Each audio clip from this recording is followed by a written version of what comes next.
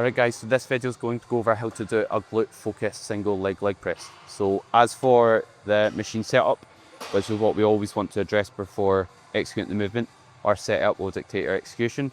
Want to set the back pad so it's relatively, or down slightly.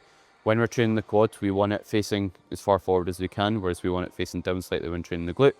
Reason being is when we're training the quad, we want our feet low.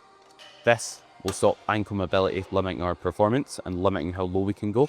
So the back pad's okay to be down slightly. Same with this, or sorry, the foot pad. The back pad as well doesn't need to be all the way down. So don't worry about having it up a touch. That's completely fine here. Whereas when we're training our quads, we want it quite far down.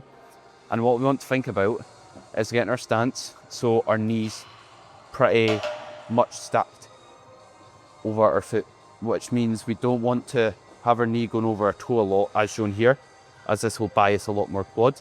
So instead, fire your foot up so your knee doesn't track over your toe a lot. What I actually do doing a single leg press, especially when load gets heavier, is I'll use lifting straps to pull myself down harder to create more stability.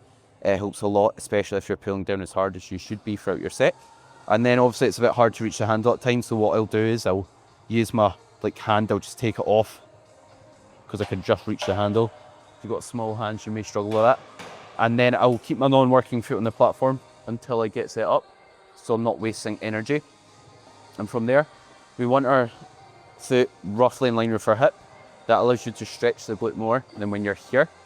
When you're here, you'll work more adductor. You won't get your glute stretched because when your legs across your body, you'll lengthen your glutes. So you want it roughly in line with the hip, somewhat far up the platform. Go as low as you can. Here you can see my knees still traveling over my toe. So in this case, I want it up slightly.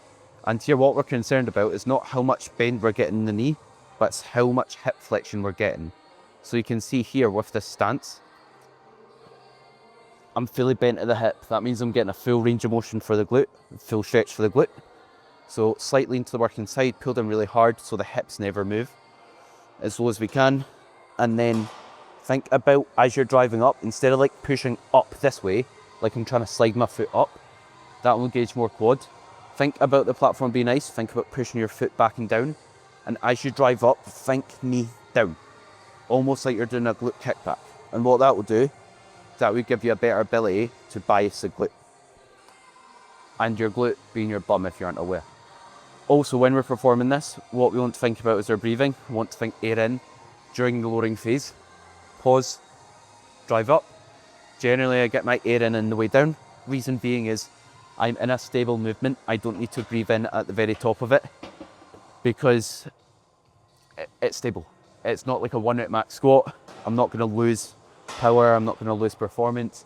And if you breathe in at the very top, especially on the slow final reps, you're going to hold your breath for such long duration, you might gas out and limit your performance in doing so.